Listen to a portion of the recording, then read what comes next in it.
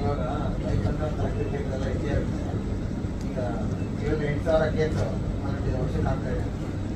ಆ ಥರ ಸೆಲೆಬ್ರಿಟಿಗಳೇ ಆದಾಗ ಸಾಮಾನ್ಯ ಜನರು ಸರ್ ಇಲ್ಲ, ಸೆಲೆಬ್ರಿಟಿ ಸಾಮಾನ್ಯ ಜನ ಅಂತ ನಾನು ಒಪ್ಪೋದೇ ಇಲ್ಲ ಸರ್.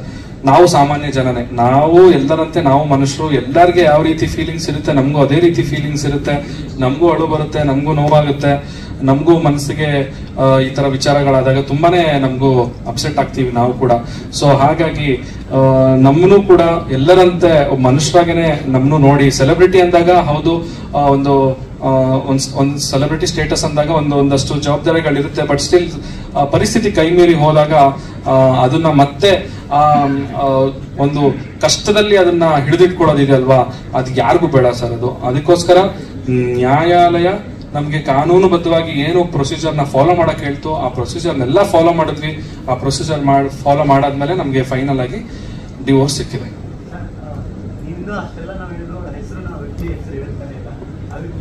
ವೈಯಕ್ತಿಕ ವಿಚಾರ ಅಷ್ಟೇ ಅಲ್ಲ, ಕನ್ನಡ ಚಿತ್ರರಂಗದ ವಿಚಾರ ಬಂದಾಗ ಕೂಡ ಸಾಕಷ್ಟು ವಿಚಾರಗಳು ಅಂದ್ರೆ ಆತನಿಗೆ ಸಂಬಂಧಪಟ್ಟ ವಿಚಾರಗಳು ಕೂಡ ಪ್ರತಿಕ್ರಿಯೆ ಕೊಡುವಂತಹ ಚಾಳಿನ ಆ ವ್ಯಕ್ತಿ ಕಡಿದ್ರೆ ಆ ವ್ಯಕ್ತಿ ಹೆಸರನ್ನು ನೀವು ಯಾಕೆ ಎಲ್ಲೂ ಮೆನ್ಷನ್ ಮಾಡ್ತಾ ಇಲ್ಲ? ಎಚ್ಚರಿಕೆ ಆಗುತ್ತೆ. ಕನ್ನಡ ಚಿತ್ರರಂಗದ ವಿಚಾರದಲ್ಲಿ ಸಾಕಷ್ಟು ಬಾರಿ ಅದು ನೀವ್ ಹೇಳೋದ್ರಿ, ಇಂಡಸ್ಟ್ರಿ ವಿಚಾರ ಬಂದಾಗ ಯಾಕೆ ಆ ಮನುಷ್ಯ ಆತರ ಬರ್ತಾರೆ, ಆತರ ವ್ಯಕ್ತಿ ಯಾವ್ದು ಪ್ರೊಡ್ಯೂಸರ್ ಅಲ್ಲ, ಡೈರೆಕ್ಟರ್ ಅಲ್ಲ, ಪರ್ಸನಲ್ ಲೈಫ್ ಬರ್ತಾ ಇದ್ದಾರೆ. ಈಗ ಇಂಡಸ್ಟ್ರಿಗೆ ಇದ್ದವ್ರು ಈಗ ವೈಯಕ್ತಿಕವಾಗಿ ಟಾರ್ಗೆಟ್ ಮಾಡ್ತಿದ್ದಾರೆ. ಇವತ್ತು ನೀವು, ನಾಳೆ ಇನ್ನೊಬ್ರು, ನಾಡಿದ್ದು ಇನ್ನು ಮತ್ತೊಬ್ರು. ನಿಮ್ಮ ಆತ್ಮೀಯ ಅಂತ ಹೇಳಿದಾರೆ ಅಂತ ನೀವ್ ಹೇಳಿದ್ರೆ ನೀವು ನೋಡಿದ್ರೆ ನಮ್ಗೆ ಅಂತ ಯಾರು ಅನ್ನೋದೇ ಗೊತ್ತಿಲ್ಲ ಅಂತ.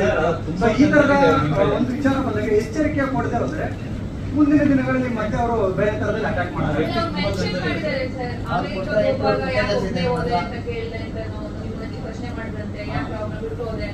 ಆ ಟೈಮಲ್ಲಿ ಅವರನ್ನು ಬೇರೆ ಕಡೆ ಹೋದ್ರೆ ಆ ಥರ ಎಲ್ಲ ಹರಡೋದ್ರಿಂದ ಇನ್ನು ಕ್ಲಾರಿಫಿಕೇಶನ್ ಕೊಡ್ತಾ ಇದ್ದಾರೆ. ಬಟ್ ಇವಾಗ ನಿಮ್ಮನ್ನು ಇಷ್ಟಪಡುವಂತ ಜನ ತುಂಬಾ ಇದ್ದಾರೆ ಈ ಜೋಡಿನ. ಸೊ ಅದಕ್ಕೋಸ್ಕರ ಇವಾಗ ಹೇಳಿದ್ರೆ ಹೇಳಿಲ್ಲ ಅಂದ್ರೆ ಅವಾಗಲೇ ಹೇಳೋದಲ್ಲ. ಕಾನ್ಫಿಡೆನ್ಸ್ ಇದೆ,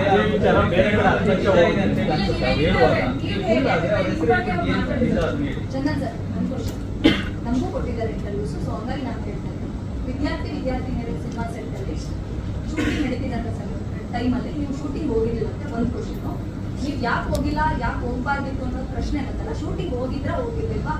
ಫೋನ್ ಮಾಡಿ ಡೈರೆಕ್ಟರ್ಗಳು ಪ್ರೊಡ್ಯೂಸರ್ಗಳು ಕೇಳಿದಾಗ ನಾನು ಮೆಂಟಲಿ ನನ್ನ ಇಲ್ನೆಸ್ ಇದೆ, ಅಂದರೆ ಮಾನಸಿಕ ಖಿನ್ನತೆಗೊಳಗಾಗಿದ್ದೀನಿ, ನನ್ನ ಪರ್ಸನಲ್ ಲೈಫಲ್ಲಿ ಒಂದಿಷ್ಟು ಇಶ್ಯೂಸ್ ಆಗಿದೆ. ಸೊ ಹಾಗಾಗಿ ನಾನು ಶೂಟಿಂಗ್ ಬರಲ್ಲ ಅಂತ ಅವರು ಒಂದು ವಾರನೋ 10 days ಆದಮೇಲೆ ನೀವು ಅವ್ರಿಗೆ ರಿಯಾಕ್ಟ್ ಮಾಡಿದ್ರಿ ಅನ್ನೋದು ಒಂದು ಕ್ವಶನು. ಇನ್ನೊಂದು ಅದು ಅವ್ರು ಅಮೆರಿಕಕ್ಕೆ ನೀವು ಒಬ್ಬರೇ ಹೋಗ್ತೀರಂತೆ, ಅವ್ರು ಪ್ರಶ್ನೆ ಮಾಡ್ತಾರಂತೆ ಆ ವ್ಯಕ್ತಿ. ಸೊ ಹಾಗಾಗಿ ನೀವು ಹೇಳ್ತೀರಂತೆ ನನ್ನ ನಿಧಿ ಹತ್ರ ಏನೋ ಪಾಸ್ಪೋರ್ಟ್ ವೀಸಾ, ನನಗೆ ಅದ್ರ ಬಗ್ಗೆ ಗೊತ್ತಿಲ್ಲ, ಪಾಸ್ಪೋರ್ಟ್ ವೀಸಾ ಇಲ್ಲ, ಸೊ ಹಂಗಾಗಿ ನಾನು ಕರ್ಕೊಂಡು ಹೋಗಲ್ಲ ನಾನು ಸೈಡ್ಗೆ ಅಂತ ಹೇಳ್ತಿರುತ್ತೆ.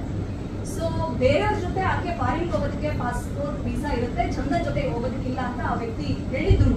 ಅವರು ನಿಮ್ಮ ಮಧ್ಯದಲ್ಲಿ ಯಾಕೆ ತಲೆ ಹಾಕಿದ್ರು ಗೊತ್ತಿಲ್ಲ, ಬಟ್ ರಿಯಾಕ್ಷನ್ ನನಗೂ ಕೊಡ್ತಿದ್ದಾರೆ. ವಿದ್ಯಾರ್ಥಿನಿಯರೇ ಶೂಟಿಂಗ್ ಹೋಗಿರ್ಲಿಲ್ವಾ? ಅದಕ್ಕೆ ಫಸ್ಟ್ ಅದನ್ನ ಹೇಳ್ಬಿಡ್ತೀನಿ. ಅದ್ ಯಾವತ್ತಂತೆ, ಯಾವತ್ತು ಶೂಟಿಂಗ್ ಅವಾಗ ಇದು ವಿದ್ಯಾರ್ಥಿನಿಯ ಪ್ರೆಸ್ ಮೀಟ್ ಇನ್ನೇನು 15ನೇ ತಾರೀಕು ನಡೆಯುತ್ತೆ. ಅವತ್ತು ಡೈರೆಕ್ಟರ್ ಕೂಡ ಸ್ಟೇಜ್ ಮೇಲೆ ಇರ್ತಾರೆ, ಆ ಸಿನಿಮಾ ಇಡೀ ತಂಡ ಇರುತ್ತೆ. ನಾನು ಒಂದು ದಿವಸನಾದ್ರೂ ಶೂಟಿಂಗ್ ಸೆಟ್ಟಿಗೆ ಲೇಟ್ ಆಗಿ ಹೋಗಿದ್ದೀನಿ ಅಂತ ಅವ್ರು ಹೇಳ್ಬಿಡ್ಲಿ ನೋಡೋಣ. ಅಲ್ಲಿ ಇರೋ ಬರೋರೆಲ್ಲ ನೋಡಿದಾರ ಶೂಟಿಂಗ್ ಅಲ್ಲಿ. ಇವತ್ತವರೆಗೂ ನನ್ನ ಕಮಿಟ್ಮೆಂಟ್ ಹೆಂಗಿರುತ್ತೆ ಅಂತ ಹೇಳಿದ್ರೆ, ನಾನು ಬರ್ತೀನಿ ಅಂದ್ರೆ ನಾನು ಬರ್ತೀನಿ, ನಾನು ಬರಲ್ಲ ಅಂದ್ರೆ ನಾನು ಮುಂಚೆನೆ ಹೇಳ್ಬಿಡ್ತೀನಿ ನಂಗೆ ಬರಕ್ಕಾಗಲ್ಲ ಸರ್, ನಾನು ಹಿಂಗೆ ಬೇರೆ ಶೋ ಇದೆ ಅಲ್ಲಿ ಹೋಗ್ತೀನಿ ಇಲ್ಲಿ ಹೋಗ್ತೀನಿ.